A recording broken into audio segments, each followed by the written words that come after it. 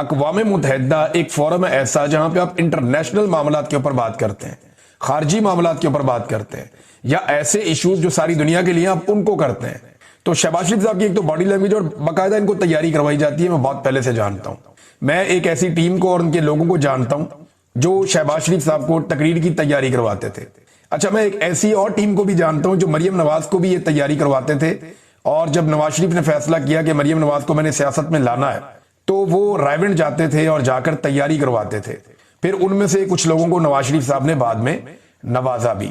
تو شہباز شریف صاحب کی تو باقاعدہ ٹریننگ کروائی جاتی ہے کہ یہ والی بات کرتے ہوئے مکہ بنا لینا ہے، یہ والی بات کرتے ہوئے مار دینا ہے، یہ والی بات کرتے ہوئے ہاتھ کو ایسے ہلانا ہے۔ تو بچوں کی طرح ان کی جو ہے وہ باڈی لینگویج تیار کی جاتی ہے، لیکن بڑی مصنوعی باڈی لینگویج لگ رہی تھی شہباز شریف صاحب کی۔ چلیں یہ تو چلتا ہے نا، ہر آدمی کی بولنے کی صلاحیت یا اس کی جو باڈی لینگویج ہے وہ ایک جیسی نہیں ہوتی۔ کچھ لوگ جو ہیں وہ جب جعلی پن کا شکار ہوتے ہیں نا تو وہ بات کر کچھ رہے ہوتے ہیں، ان کی باڈی کچھ اور کہہ رہی ہوتی ہے۔ یہ ہوتا ہے لوگوں کے ساتھ، لیکن جب آپ ایگزیکٹلی وہی کہہ رہے ہوتے ہیں جو آپ کے اندر ہوتا ہے تو پھر آپ کو یہ پرابلم نہیں ہوتا۔ شہباز شریف صاحب کو چلیں باڈی لینگویج کو چھوڑ دیتے ہیں، یہ پورشن ان کا ہمیشہ سے کمزور ہے۔ آپ آ جائیں اس بات کے اوپر کہ انہوں نے کہا کیا۔ جتنی پازیٹیو چیزیں ہیں وہ آپ کو پاکستان کے میڈیا پہ مل جائیں گی، آپ آج کے اخبارات اٹھا کے پڑھ لیں، آپ کو بڑی تعریفیں مل جائیں گی، میں وہ نہیں کرنے والا۔ جتنی پازیٹیو چیزیں ہیں وہ آپ کو ٹاؤٹس میڈیا والے جو ہیں وہ بتا دیں گے۔ شہباز شریف کا جو فین کلب ہے نواز شریف کا وہ آپ کو بتا دے گا، جو ان کا اپنا گروپ ہے پی ایم ایل این کا، صحافیوں کا، دانشوروں کا، وہ آپ کو بتا دے گا۔ پاکستان کا سارا یرغمال میڈیا آپ کو وہی بتائے گا جو وہ چاہیں گے، لیکن میں آپ کو وہ بتاتا ہوں جو چیزیں مجھے لگا کہ یہ نہیں ہونی چاہیے تھی۔ نمبر ایک، غیر ضروری طور پہ عاصم منیر کا اور ایئر چیف کا نام لیا شہباز شریف نے۔ یہ سربراہ مملکت ایسا کرتے نہیں ہیں۔ جو وہاں پہ صحافی ہیں جو غیر جانبدار ہیں وہ سر پکڑ کے بیٹھ گئے تھے کہ یہ کیا بلنڈر مارا، یہ کیا حرکت کی ہے۔ یعنی ملکوں کے جو سربراہان ہوتے ہیں وہ کبھی بھی اپنے ماتحتوں کے ایسے نام نہیں لیتے جا کے وہاں پہ۔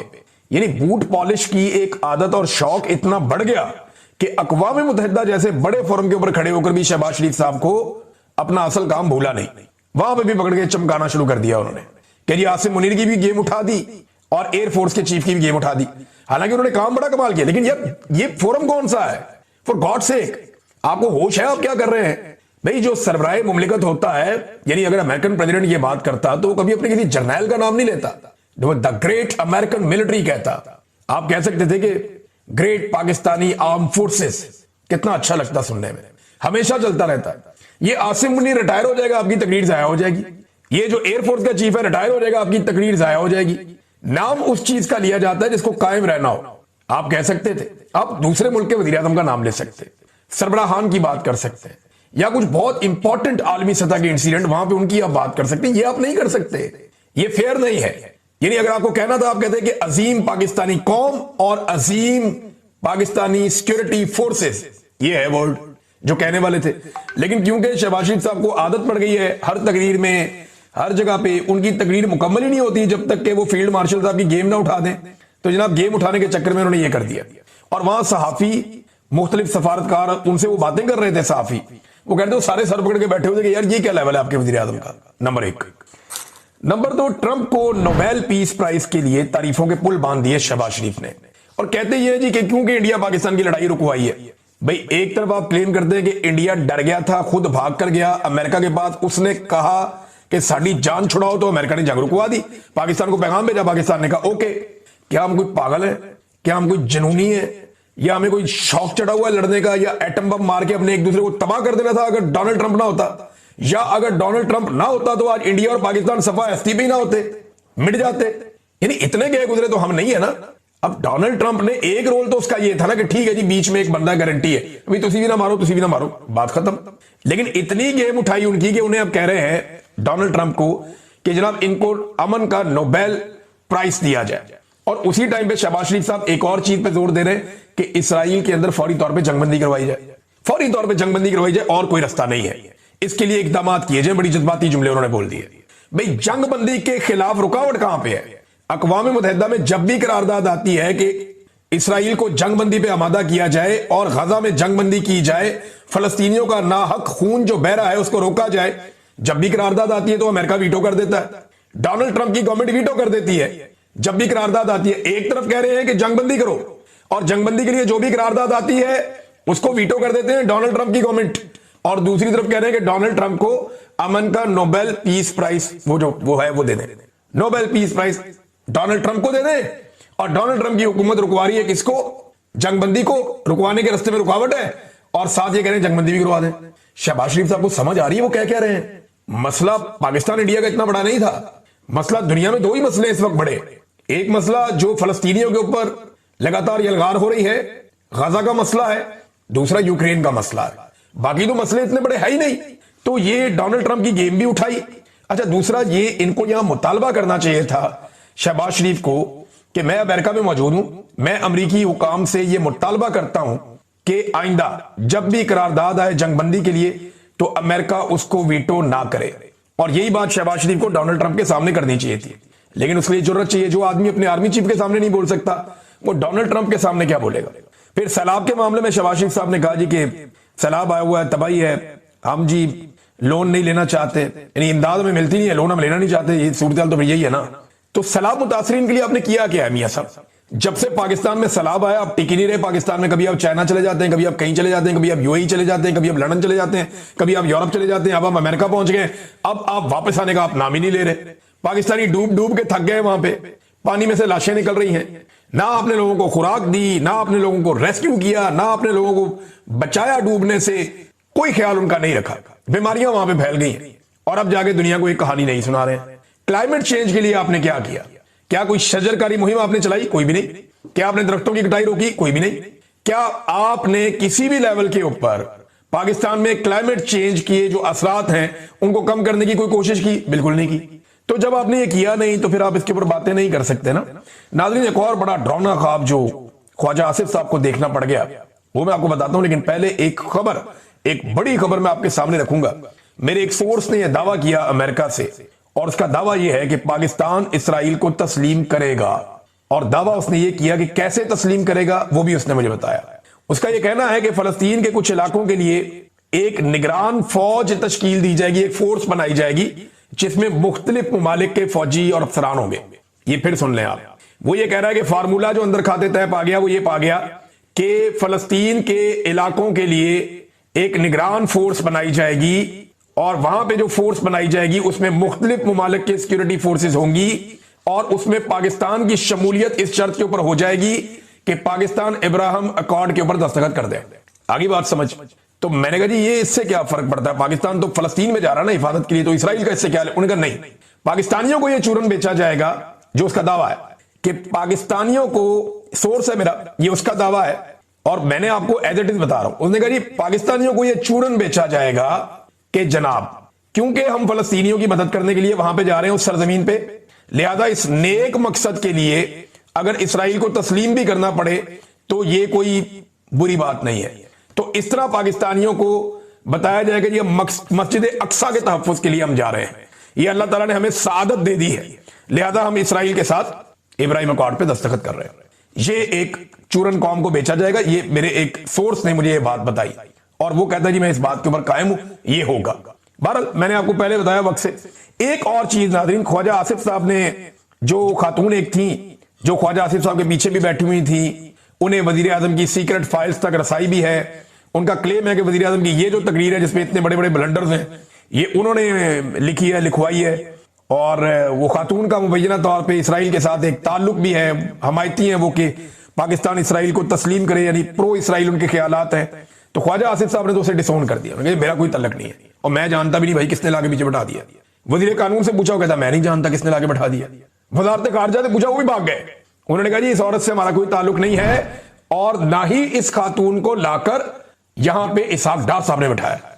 حالانکہ جرنلسٹ جو ہیں ان کا یہ دعویٰ ہے، جو جرنلسٹ اس کو جانتے ہیں اس معاملے کو، ان میں سے ایک بڑے سینئر جرنلسٹ ہیں، انہوں نے یہ دعویٰ کیا کہ یہ خاتون جو یہاں پہ آگے بیٹھی ہیں یہ جب تک کہ وزیر خارجہ کی کلیئرنس نہیں نہ ہو یہ آگے بیٹھ نہیں سکتی، ممکن نہیں ہے۔ بہرحال آج اس خاتون کو ایک سائیڈ پہ بٹھا دیا گیا کارنر میں، وہ وہاں نہیں بیٹھی جہاں پہلے بیٹھی تھی، لیکن اس خاتون کے بارے میں بڑے عجیب قسم کی پراسرار باتیں سامنے آ رہی ہیں۔ میں کوئی ان کے خلاف نہیں ہوں، دیکھیں یہ ان کا رائٹ ہے کہ وہ یہ سمجھیں کہ پاکستان کو کیا کرنا چاہیے، اسرائیل کے پرو ہونا یا خلاف ہونا یہ ان کا جمہوری حق ہے، اگر وہ اس کے خلاف ہیں ان کے حق میں، لیکن پاکستان کا ایک موقف ہے جس وجہ سے پاکستان کا وزیر دفاع، وزیر قانون، وزارت خارجہ کوئی بھی اس کو اون نہیں کر رہا۔ اب ایک ایسی خاتون جیسے کوئی بھی اون نہیں کر رہا، وہ پاکستانیوں کے خرچے میں ایئر فورس 1 کے اندر بیٹھتی اور امریکہ پہنچ جاتی ہے، وہ وزیر اعظم کے ساتھ ہوٹل میں رہتی ہیں اور وہاں ان کے سیکرٹ فائلز تک ان کی رسائی ہوتی ہے، اس کے بعد وہ اقوام متحدہ کے اندر داخل ہو جاتی ہیں اور سب کہہ رہے ہیں جی ہمیں پتہ ہی نہیں ہے. How is it possible? یہ بڑی عجیب چیز ہے. اب ایک آدمی رہ گیا شہباز شریف جو اس کے بارے میں کچھ بتا سکتا ہے. بہرحال دیکھتے ہیں شہباز شریف صاحب اس کے بارے میں کیا کہتے ہیں. خواجہ آصف صاحب کا ایک اور بڑا حیران کن بلنڈر سامنے ہے. ویسے خواجہ آصف صاحب کو نا قابو کرنا چاہیے، یہ انٹرویو دے کر پھنس جاتے ہیں. خواجہ صاحب نے مہدی حسن صاحب کو انٹرویو دے دیا اور خواجہ صاحب سمجھے جیسے پاکستان کا کوئی صحافی ان کے ساتھ طے شدہ انٹرویو کر رہا ہے، تو وہ وہاں پہ موجے مارتے ہوئے چلے گئے، مٹر کشتیاں کرتے ہوئے، جناب مسئلہ ہی کوئی نہیں، میں تو پاکستان میں بڑے انٹرویو دیتا ہوں. تو جناب پاکستان میں آپ کو ہلکی ہلکی گیندیں پھینکتے ہیں. آپ نے کبھی پاکستان میں اس صحافی کو جو آپ سے سخت سوالات کرے کبھی انٹرویو دیا ہی نہیں. کبھی آئے نا سامنا کریں، آپ کو پتا چلے گا انٹرویو ہوتا کیا ہے. بہرحال مہدی حسن کے ہتھے چڑھ گئے. مہدی حسن نے پھر ان سے سوالات کیے. انہوں نے کہا یہ آپ کے مطابق پاکستان میں ہائبرڈ نظام ہے، دوگلا. بہت سے ممالک میں آرمی چیف وزیر دفاع کو جواب دہ ہوتا ہے. آپ وزیر دفاع جو آپ کے آرمی چیف ہیں وہ آپ کو جواب دہ ہیں؟ کیا آپ زیادہ طاقتور ہیں؟ آپ کا آرمی چیف عاصم منیر زیادہ طاقتور ہے؟ تو خواجہ آصف صاحب اب پریشان ہو گئے، یار یہ کیا سوال؟ جی ایسا نہیں ہے. اب اینکر نے پوچھا کیا آرمی چیف آپ سے زیادہ طاقتور نہیں ہے؟ خواجہ آصف نے کہا میری سیاسی تگڑی ہے، میں ایک سیاسی ورکر ہوں. حالانکہ خواجہ آصف کو کہنا چاہیے تھا کہ میرا عہدہ بڑا ہے، I am the boss, he is my subordinate, وہ ایک آرمی چیف ہے، یہ کہنا چاہیے تھا. لیکن وہ یہ کہنے کی جرت ہی پیدا نہیں کر سکے، وہ کہہ ہی نہیں سکے. امریکہ میں بیٹھ کے بھی سہما ہوا ہے آپ کا وزیر دفاع کہ میرا سبارڈینیٹ اتنا طاقتور ہے، اور یہ ریالٹی ہے. اب اس ریالٹی کو آپ کے منہ پہ مارا اٹھا کے ایک غیر ملکی اینکر نے. اور نے کہا جی دوسرے ممالک میں جیسے یہاں امریکہ میں پیٹر ہیگٹس فوج کے سربراہ کو فارغ کر سکتے ہیں، کیا آپ ایسا کر سکتے ہیں؟ خواجہ آصف نے پھر جواب نہیں دیا. انہوں نے کہا جی امریکہ میں مختلف سسٹم ہے. انہوں نے کہا جی امریکہ میں جمہوریت ہے. خواجہ آصف نے کہا نہیں ڈیپ سٹیٹ ہے. انہوں نے کہا کیا پاکستان میں ڈیپ سٹیٹ نہیں ہے؟ خواجہ آصف نے کہا ہر ملک میں ڈیپ سٹیٹ ہوتی ہے. یعنی بات کا جواب نہیں دے رہے، بتنگڑ بنا رہے ہیں بات کا. تو انہوں نے پھر اسی طرح پوچھا کہ جناب مجھے بتائیں نا، اچھا تو پھر فیصلہ کون کرتا ہے؟ یعنی انچارج کون ہے آپ کے ملک کا؟ چارج کس کے پاس ہے؟ خواجہ آصف نے کہا میں نے کہا جی ہائبرڈ نظام ہے، یعنی چارج کسی کے پاس نہیں ہے، چارج تو آرمی چیف کے پاس ہی ہے. سچی بات تو یہ اب خواجہ صاحب بیچارے بول نہیں سکتے. انہوں نے کہا جی اگر آرمی چیف کہیں دائیں جانا ہے اور آپ کہیں بائیں جانا ہے تو کیا کریں گے؟ خواجہ صاحب نے کہا جی مشاورت کر لیں گے، پھر اس کے بعد اور کیا کریں گے. اور مشاورت میں وہی ہوتا ہے جو آرمی چیف کہتا ہے. یہ میں بھی جانتا ہوں، آپ بھی جانتے ہیں، اور سب ہی یہ جانتے ہیں. صحافی مہدی حسن نے خواجہ آصف صاحب سے پوچھا کہ عمران خان صاحب کو جو آپ نے جیل میں رکھا ہوا ہے اس پہ ایمنسٹی انٹرنیشنل کی بڑی کلیئر رپورٹ ہے، اور اقوام متحدہ کی بھی ایک رپورٹ ہے، U N working group on arbitrary detention. انہوں نے کہا جی ان کی باقاعدہ رپورٹس ہیں کہ عمران خان کے جیل میں رکھنے کی کوئی قانونی وجہ نہیں ہے، جبری طور پہ گرفتار رکھا گیا ہے جو بین الاقوامی قانون کی خلاف ورزی ہے. خواجہ صاحب نے کہا یہ ان کی رائے ہے. اینکر نے کہا جناب ان کی رائے یہ ہے کہ پاکستان بین الاقوامی قوانین کی خلاف ورزی کا مرتکب ہو رہا ہے. خواجہ صاحب نے کہا جی میں اتفاق نہیں کرتا اس بات سے، مجھے اس بات سے اتفاق نہیں ہے. تو خواجہ صاحب کو نا جان چھڑانی مشکل ہوئی تھی بہت سارے سوالات پہ. پھر جب خواجہ صاحب سے پوچھا گیا کہ جناب آپ نے پولیٹیکل پارٹی پہ بہت ظلم کیا ہے، آپ نے آزادی اظہار رائے کو دبایا، تو بڑی ڈٹائی سے خواجہ صاحب کہہ رہے ہیں جی کچھ بھی نہیں کیا ہم نے تو ایسا. پاکستان تحریک انصاف تو بہت آزاد جماعت ہے پاکستان میں. ابھی آپ کو پاکستان تحریک انصاف ایک درخواست دے دینا ہم نے لاہور میں جلسہ کرنا ہے تو پورے کے پورے نظام کو موت پڑ جائے گی. پھر خواجہ صاحب نے ایک اور جھوٹ بول دیا. جب انہوں نے کہا جی کہ عمران خان کے ساتھ ظلم اور زیادتی ہو رہی ہے تو خواجہ صاحب نے کہا جی مجھے بھی تو 6 مہینے جیل میں رکھا گیا تھا. اب خواجہ صاحب کی جیل کیا تھی؟ یہ 6 مہینے جیل کس چکر میں رہے تھے ذرا یہ آپ سن لیں. خواجہ صاحب گرفتار ہوتے ہیں 29 دسمبر 2020 کو. 29 دسمبر یعنی دسمبر کی آخری 2 دنوں میں گرفتار ہو گئے. 16 فروری کو خواجہ صاحب اسپتال آ گئے اپنے آنکھوں کے علاج کے لیے. پہلے یہ میو اسپتال میں رہے، پھر انہیں پسند نہیں آیا اور جناح اسپتال چلے گئے، اور پھر 24 جون کو جب تک وہ رہے پھر وہ اسپتال میں ہی رہے. خواجہ صاحب پھر اسپتال سے باہر نہیں آئے. 24 جون کو خواجہ صاحب اسی اسپتال سے رہا ہو گئے. یعنی جیل کا عملہ اسپتال میں آیا، روک کر لے کے وہیں سے رہا کیا. خواجہ صاحب نے دوبارہ جیل جانے کی کسی قسم کی زحمت نہیں کی. پھر ایک اور خواجہ صاحب نے عجیب و غریب وہاں پہ بونگی مار دی. خواجہ صاحب نے عمران خان صاحب کے بارے میں کہہ دیا جی کہ عمران خان جیل سے اپنا ٹویٹر اکاؤنٹ چلاتا ہے.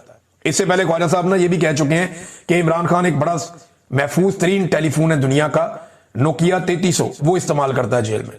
اچھا نوکیا 3300 اگر آپ کو یاد ہے، یہ ذرا شکل دیکھ لیں آپ کو دکھا دیتے ہیں، دیکھ لیں آپ. یہ اس کے اوپر تو ٹچ سکرین ہی نہیں ہے. یہ جس دور کا فون ہے تب تو ٹویٹر کا کسی کو پتہ ہی نہیں تھا. وہ کہتے ہیں جی اس کے اوپر عمران خان اپنا ٹویٹر استعمال کرتا ہے. حد ہو گئی نہیں. اور جیل کے اندر تو سگنل بھی نہیں آتے، ایک سگنل بھی نہیں آتا جیل کے اندر. آپ ٹیلی فون کال کر ہی نہیں سکتے، ایسے خوفناک جیمرز لگے ہوتے ہیں جیل میں یہ سوال ہی پیدا نہیں ہوتا, اور خواجہ صاحب کو پتا بھی ہے اس بات کا, پھر بھی بیوقوف بنا رہے ہیں کہ عمران خان جیل سے اپنا ٹویٹر استعمال کرنے کے لیے. آپ تو تھوڑے دن پہلے کہتے کہ انڈیا سے استعمال ہوتا ہے. عمران خان جیل میں ہے یا انڈیا میں ہے؟ تو خواجہ صاحب پھنس گئے, پھر پھنس گئے ایک دفعہ. خواجہ صاحب نہیں, وہ ایکچولی عمران خان آپ دیکھیں نا, اب کبھی ادھر دیکھیں, کبھی ادھر جائیں, کبھی ادھر جائیں. خواجہ صاحب کو سمجھ نہ آئے میں اس میں سے نکلوں کیسے. بہرحال پھر خواجہ صاحب نے کہا جی کہ ان کے پاس رپورٹ ہے کہ وہ عمران خان صاحب کا جو ٹویٹر اکاؤنٹ ہے نا وہ انڈیا والی بات ٹھیک ہے. انڈیا والی بات اگر ٹھیک ہے تو آپ کے پاس کوئی ثبوت تو ہوں گے. انہوں نے ثبوت میں نہیں دے سکتا. کیوں نہیں دے سکتا؟ وہ میں نہیں ابھی دے سکتا, وہ یہاں نہیں بتا سکتا میں. انہوں نے کہا یہاں آپ پبلکلی الزام لگا سکتے ہیں کہ عمران خان کا ٹویٹر انڈیا سے ہینڈل ہو رہا ہے, لیکن آپ پبلک ثبوت نہیں آپ دے سکتے منسٹر ہو کے. تو کیا آپ کے پاس جو رپورٹ ہے وہ کہاں سے ہے؟ انٹیلیجنس کی. انہوں نے بالکل انٹیلیجنس کی رپورٹ. اب میں حیران ہو رہا ہوں کہ پاکستان کی انٹیلیجنس ایجنسیوں کے پاس یہ رپورٹ ہے کہ عمران خان کا ٹویٹر ہینڈل انڈیا سے آپریٹ ہو رہا ہے یا انڈیا اس کو چلا رہا ہے, اور اس کے اوپر پاکستان کی ایجنسیوں نے ابھی تک کوئی مقدمہ درج نہیں کیا. 300 مقدمے ایسی بانگی ماری خواجہ صاحب نے, اور وہ ضلالت کروائی ہے پاکستان کی اسٹیبلشمنٹ کی, اور اپنی ذاتی طور پہ تباہی پھروا دی پکڑ کے. بہت ساری اور چیزیں بھی ہیں, اب دفعہ کریں کتنا میں ان کا بتاؤں. خواجہ صاحب نے بہرحال ان کو منع کرنا چاہیے کہ انٹرویو نہ دیں. وہاں قاسم سوری صاحب نے بڑا تگڑا احتجاج کیا امریکہ میں, یو این کے سامنے نکلے, انہوں نے آگے وہاں بڑی تگڑی بات چیت کی ہے. انہوں نے احتجاج کیا شہباز شریف کے خلاف, اسٹیبلشمنٹ کے خلاف, کہ انہوں نے بڑی زیادتی کر رہے ہیں. دوسرا ناظرین, آزاد کشمیر میں پنگا بڑھتا جا رہا ہے. وہاں پہلے جھوٹی خبریں چلائی گئیں کہ کوئی احتجاج نہیں ہو رہا, لیکن لوگ اس پہ باز نہیں آئے. انہوں نے کہا نہیں جی ہم تو احتجاج کریں گے, ہمارے کوئی مطالبات نہیں مانے گئے. پھر انٹرنیٹ اور موبائل فون بند کیا تو ہم مساجد سے اعلان کریں گے. حکومت نے مساجد پر پابندی لگا دی تو علماء کرام سامنے آ گئے. انہوں نے کہا جی ہم حکومتی نوٹیفیکیشن کو جوتے کی نوک پر رکھتے ہیں, اور مکمل عوامی ایکشن کمیٹی سے اتفاق کرتے ہوئے مساجد میں ہم اعلانات کروائیں گے. تو وہاں حکومت کو اور اسٹیبلشمنٹ کو بڑی ناکامی ہو رہی ہے. اب آ جائیں ناظرین جو معاملہ پاکستان تحریک انصاف کے جلسے کا ہے. لیکن ایک چیز اور, شہباز شریف نے ایک دعویٰ بھی کیا کل کے دن میں. انہوں نے کہا جی ٹرمپ نے امریکی کمپنیوں کو کہا کہ فوری پاکستان میں جا کر سرمایہ کاری کرے. وہ پاکستان میں پاکستانی سرمایہ کاری نہیں کر رہے, باہر سے کون آ کے کرے گا؟ آپ صرف اپنا سامان بیچ سکتے ہیں, اپنی معدنیات آپ ان کو بیچ دیں گے سستے داموں, اپنی چیزیں آپ ان کو بیچ دیں گے سستے داموں, آپ پاکستان کی قوم کو گروی رکھ دیں گے سستے داموں. آپ یہی کر سکتے ہیں. جس جنگ میں آپ کودنے جا رہے ہیں نا, یا جس خون خرابے کا آپ کا ارادہ دکھائی دے رہا ہے, جس کے بارے میں عمران خان روزانہ اڈیالہ جیل سے خبردار کر رہا ہے, جس کے بارے میں اسد کیسر نے کہا کہ اگر افغانستان پہ آپ جنگ مسلط کریں گے تو ہم سب سیاسی جماعتیں اور عوام آپ کے ساتھ کھڑے نہیں ہوں گے. یہ جس چکر میں آپ پڑ گئے ہیں نا, یہ آپ کو اکیلا چھوڑ کے سارے بھاگ جائیں گے. پھر یہاں پہ گولہ بارود اور بندوقوں کا ہی بزنس ہوگا, اور کوئی سرمایہ کاری نہیں ہو سکتی. تو میاں صاحب ہوش کے ناخن لیں. عمران خان کے خوف نے آپ کو در در پہ سجدہ کروا دیا ہے, پوری دنیا کے سامنے آپ کو جھکا دیا ہے. جا کے عمران خان سے معافی مانگ لیں, آپ کی جان چھوٹ جائے گی. ورنہ پوری دنیا میں آپ ایسے ہی سجدے کرتے پھریں گے, میٹھے میٹھے منہ بنا کے آپ لوگوں کی خوشامدیں ہی کرتے پھریں گے. آپ کو کبھی کانفیڈنس آئے گا ہی نہیں, اور جب تک عمران خان یا اس کے فالوورز ہیں یہ آپ کو چھوڑیں گے بھی نہیں. ناظرین, پاکستان تحریک انصاف کا پشاور میں جلسہ اور پورے پاکستان سے قافلے اس طرف جا رہے ہیں. آج ہم اس کے اوپر ایک ٹرانسمیشن کرنے جا رہے ہیں, کیونکہ ٹی وی چینلز تو کریں گے نہیں, تو ہم سارے جو ڈیجیٹل میڈیا کے لوگ ہیں جن کی آوازیں بند کی گئی ہیں, ہم سب مل کر آج ایک بڑی ٹرانسمیشن کریں گے. سندھ سے, بلوچستان سے, پنجاب سے, آزاد کشمیر سے, گلگت بلتستان سے اور پورے خیبر پختونخوا سے قافلے پشاور کی طرف بڑھ رہے ہیں. مجھے پاکستان تحریک انصاف کے کچھ ذرائع نے بتایا کہ بیوروکریسی کی حرکات بہت عجیب ہیں, اور ایسا لگتا ہے کہ ہمارے جلسے کے خلاف سازشیں بھی ہو رہی ہیں. لیکن چلے, اگر عوام نکل آئی بڑی تعداد میں تو پھر تو جلسہ کامیاب ہو ہی جائے گا. اب اس میں ایک میں حیران ہو رہا تھا کہ گڈا پور صاحب نے اعلان کیا کہ میں ایک بڑا اہم اعلان کروں گا جلسے میں اور بڑا سرپرائز دوں گا, جبکہ میں سما ٹی وی کا ایک وہ کیپشن دیکھ رہا تھا, اس پہ لکھا ہوا تھا, پتہ نہیں کچھ لوگوں نے اس کو ٹویٹ بھی کیا ہے, وہاں علی محمد خان صاحب نے کہا کہ جی جلسے میں کوئی بڑا اعلان نہیں ہونے جا